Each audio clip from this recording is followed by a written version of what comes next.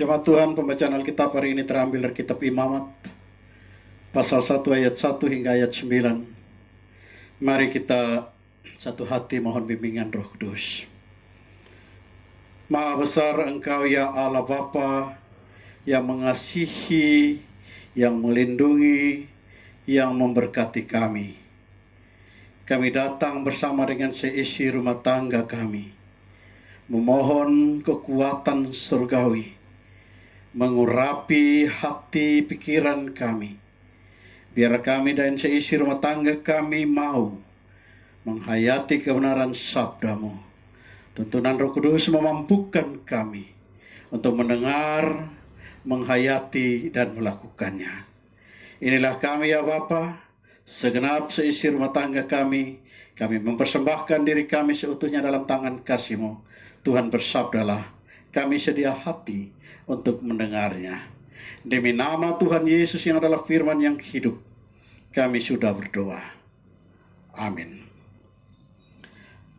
Imamat pasal 1 ayat 1 hingga ayat 9 mengatakan Tuhan memanggil Musa dan berfirman kepadanya dari dalam kemah pertemuan. Berbicaralah kepada orang Israel dan katakanlah kepada mereka, apabila seorang di antaramu hendak mempersembahkan persembahan kepada Tuhan, haruslah persembahanmu yang kamu persembahkan itu dari ternak, yakni dari lembu sapi atau dari kambing domba. Jikalau persembahannya merupakan korban bakaran dari lembu, haruslah ia mempersembahkan seekor jantan yang tidak bercela. Ia harus membawanya ke pintu kemah pertemuan, supaya Tuhan berkenan akan dia. Lalu ia harus meletakkan tangannya ke atas kepala korban bakaran itu, sehingga baginya persembahan itu diperkenan untuk mengadakan pendamaian baginya. Kemudian haruslah ia menyembelih lembu itu di hadapan Tuhan dan anak-anak Harun. Imam-imam itu harus mempersembahkan darah lembu itu dan menyiramkannya pada sekeliling mezbah yang di depan pintu kemah pertemuan. Kemudian haruslah ia menguliti korban bakaran itu dan memotong-motongnya menurut bagian-bagian tertentu. Anak-anak imam Harun haruslah menaruh api di atas mezbah dan menyusun kayu di atas api itu. Dan mereka harus mengatur potongan-potongan korban itu dan kepala serta lemaknya di atas kayu yang sedang menyala di atas mezbah. Tapi isi perutnya dan betisnya haruslah dibasuh dengan air, dan seluruhnya itu harus dibakar oleh imam di atas mezbah sebagai korban bakaran, sebagai korban api-apian yang baunya menyenangkan bagi Tuhan. Kekasih Tuhan, demikian jauh pembacaan Alkitab. Tuhan Yesus berkata, berbahagialah kita yang membaca, mendengar, dan rindu untuk melakukan kebenaran sabda Allah di dalam hidup beriman setiap harinya. Saudara-saudaraku yang dikasihi Tuhan Yesus Kristus, dalam kebersamaan dengan sesama selalu saja bisa terjadi gesekan-gesekan yang menciptakan kesalahpahaman, konflik, pertikaian, perselisihan, atau bahkan sampai kepada perkelahian.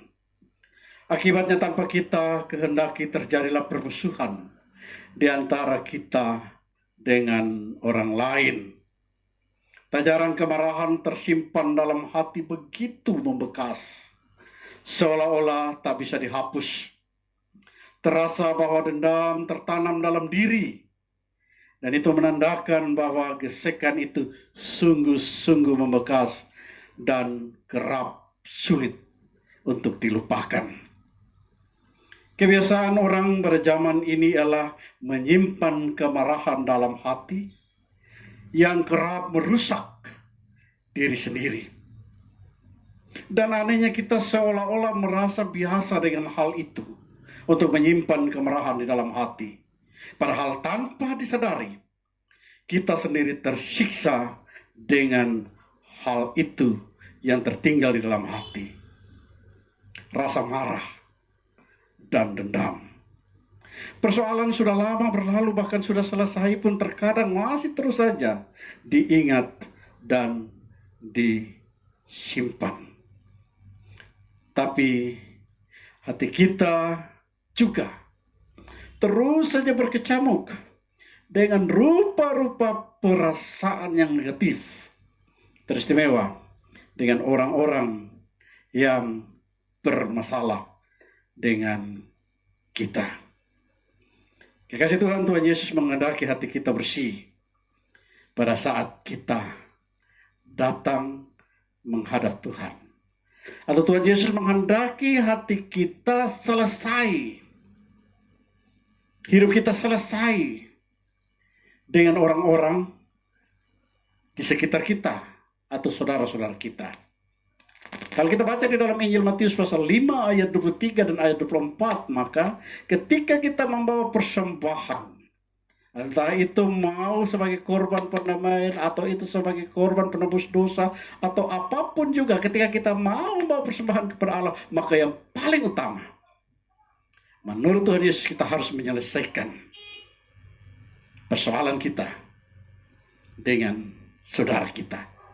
Injil Matius pasal 5 ayat 23 dan ayat 24. Jadi intinya adalah berdamai dengan Allah bukan soal persembahan saja, tapi berdamai dengan Allah adalah bagaimana sikap hati kita secara horizontal dengan sesama. Bapak, Ibu, dan saudara-saudaraku yang Tuhan Yesus Kristus kasihi, hampir dalam semua agama mengenal persembahan korban untuk memohon pemulihan relasi dan dari Allah dan keselamatan daripadanya. Tapi yang patut disayangkan adalah orang sering terjebak dalam hal mendapat pemulihan relasi atau mendapat berkat atau keselamatan daripada Allah. Maka dia di dalam benaknya tak jarang dia membayangkan bahwa semuanya itu akan dia dapati diukur dari berapa banyaknya persembahan yang dia beri. Sehingga tak jarang ada manusia yang merasa berjasa, bahkan sampai pada menuntut keselamatan, oleh karena dia telah merasa berbuat banyak kepada Tuhan. Tapi tidak dengan Israel tentang persembahan. Dahulu orang Israel pun berkewajiban untuk mempersembahkan persembahan di atas mezbah bait Allah. Tapi semuanya itu harus ditata. Semuanya itu harus diatur, harus beraturan, tidak secara gampangan. Oleh karena membawa persembahan menenangkan, di situ ada kontak atau komunikasi seorang dengan Allah untuk berbagai maksud. Kita kenal ada 5 korban persembahan yang dicatat dalam kitab Imamat. Korban bakaran untuk syukur karena didamaikan dengan Allah. Korban sajian sebagai ungkapan syukur. Korban keselamatan sebagai persembahan rutin seseorang saat datang ke bait Allah sebagai permohonan keselamatan. Korban penghapusan dosa sebagai pengakuan atas kesalahan kepada Allah agar dipulihkan, dan korban penebus salah yang disebabkan oleh dosa yang dilakukan tanpa sengaja atau kelalaian dan memohon pemulihan. Nah, untuk memulihkan diri bukan soal ritual persembahan semata yang dibutuhkan, tapi yang lebih utama adalah hati yang bersih agar seorang berkenan kepada Allah. Maka segala hal yang menghalangi hal itu haruslah dikeluarkan agar seorang menjadi layak di hadapan Allah. Betapa pentingnya sikap berdamai dengan Allah digarisbawahi dalam firman Tuhan. Perikop ini ditulis untuk memastikan bahwa umat Israel mengerti bagaimana korban bakaran itu seharusnya dipersembahkan kepada Tuhan dan agar berkenan kepadanya. Kekasih Tuhan, dibandingkan dengan semua persembahan kurban lainnya, kurban bakaran adalah persembahan yang paling mahal.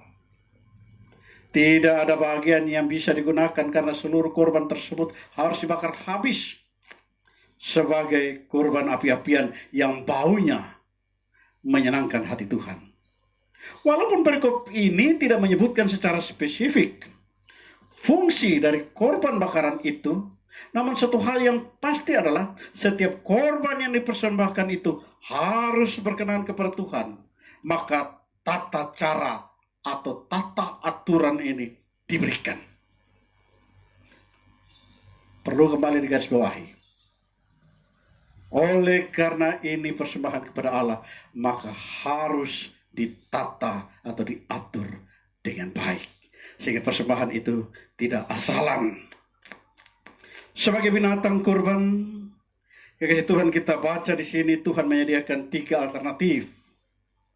Ada lembu jantan yang tidak bercela, ada kambing domba jantan juga yang tidak bercela, ada burung tekukur atau anak burung merpati. Kalau kita lihat di sini, ketiganya memiliki nilai ekonomis yang berbeda. Lembu paling mahal dari hewan lainnya, oleh karena hewan ternak ini memiliki kegunaan yang banyak, khususnya dalam hal bercocok tanam.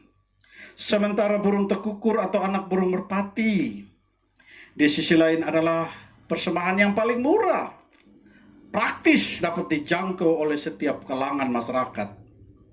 Kasih Tuhan, selama dipersembahkan dengan benar, semuanya adalah korban api-apian yang menyenangkan hati Tuhan. Jadi di sini bukan berapa, bukan jumlahnya, bukan besarnya, tapi apapun, mau lembu, mau kambing, mau domba, mau anak burung, kalau itu dipersembahkan dengan benar, tentunya dengan hati yang baik, dan lebih khusus lagi setelah kita betul-betul berdamai dengan sesama kita, sehingga kita datang dengan hati yang tulus, maka persembahan itu akan menyenangkan hati Tuhan. Dengan demikian, setiap orang di antara umat Israel mempunyai akses yang sama kepada Tuhan. Tidak ada perbedaan. Tidak ada kaum kasihan-kasihan dan kaum dehef. Semua mempunyai akses yang sama kepada Tuhan. Sebab yang Tuhan tuntut bukanlah harga atau bendanya, tapi yang Tuhan tuntut adalah kesungguhan hati dalam memberikan yang terbaik kepada Tuhan sesuai kemampuan dan juga gaya hidup kita. Jadi persembahan bukanlah berbicara tentang apa yang dipersembahkan, tapi persembahan berbicara mengenai bagaimana kita dapat berkenan di hati Tuhan, dan bagaimana persembahan itu memberi bau harum yang menyenangkan hati Tuhan. Mari kekasih Tuhan, kita memberikan yang terbaik bagi Tuhan, sehingga apa yang kita berikan itu benar-benar mendatangkan hormat dan kemuliaan bagi namanya, dan menjadi bau harum di hadapannya. Tuhan Yesus memberkati. Amin. Kita berdoa. Terima kasih Tuhan, kami sudah mendengar kebenaran sabda-Mu. Kami rindu untuk mempersembahkan hidup kami seutuhnya. Biarlah apa yang kami berikan benar-benar layak di hadapan-Mu ya Tuhan. Tuhan, berikan kekuatan kepada kami agar kami boleh senantiasa memberikan persembahan dengan hati yang terpulihkan. Karena kami telah mengadakan pemulihan hubungan atau relasi kami dengan sesama kami. Sehingga persembahan yang kami berikan kepadamu ya Tuhan senantiasa berkenan kepadamu, berapapun jumlahnya. Tuhan berkati anak-anak Tuhan, secara khusus mereka yang sedang berada dalam kelemahan fisik, mereka yang berhari ulang tahun, mereka yang sedang berada dalam kesukacitaan. Tapi kami juga rindu untuk mempertaruhkan mereka yang sedang mengalami pergumulan oleh karena terdampak COVID-19, dalam pekerjaan mereka, dalam kesehatan mereka, dalam kerinduan untuk berkumpul dengan saudara-saudara dan semua yang mereka kasihi. Mari Tuhan, Engkau datang lawat kami dengan kuat kuasa-Mu. Hibur kami dengan Roh-Mu yang kudus. Biarlah kami boleh senantiasa menjadi kuat di dalam menantikan pemulihan yang akan Tuhan berikan dalam kehidupan kami bersama, secara khusus dalam pergumulan menghadapi ancaman COVID-19 ini. Inilah kami ya Bapa, berkati rumah tangga kami, berkati kami sebagai ayah. Biarlah kami mampu untuk bersama-sama dengan istri kami, mendidik dan mendampingi anak-anak kami dengan baik, sehingga mereka boleh senantiasa lebih menghayati kasih sayang Tuhan, secara khusus ketika berada di dalam pergumulan, berada dalam kecemasan, atau berada dalam kerinduan mereka untuk berkumpul dengan teman-teman di sekolah mereka. Terima kasih ya Bapa yang kudus, kami sungguh-sungguh mempertaruhkan pengharapan ini ke dalam kemurahan tangan kudus-Mu, karena kami percaya hanya Engkaulah jawaban hidup kami. Ampunkan dosa dan kesalahan kami, dan sahutilah doa kami seturut dengan kebesaran rahmat-Mu, karena kami sudah berdoa hanya di dalam nama Tuhan Yesus yang sudah mengajar kami berdoa. Bapa kami yang di surga, dikuduskanlah nama-Mu, datanglah kerajaan-Mu, jadilah kehendak-Mu di bumi seperti di surga. Berikanlah kami pada hari ini makanan kami yang secukupnya, dan ampunilah kami akan kesalahan kami, seperti kami juga mengampuni orang yang bersalah kepada kami. Dan janganlah bawa kami ke dalam pencobaan, tetapi lepaskanlah kami daripada yang jahat, karena Engkau yang punya kerajaan dan kuasa dan kemuliaan sampai selama-lamanya. Amin.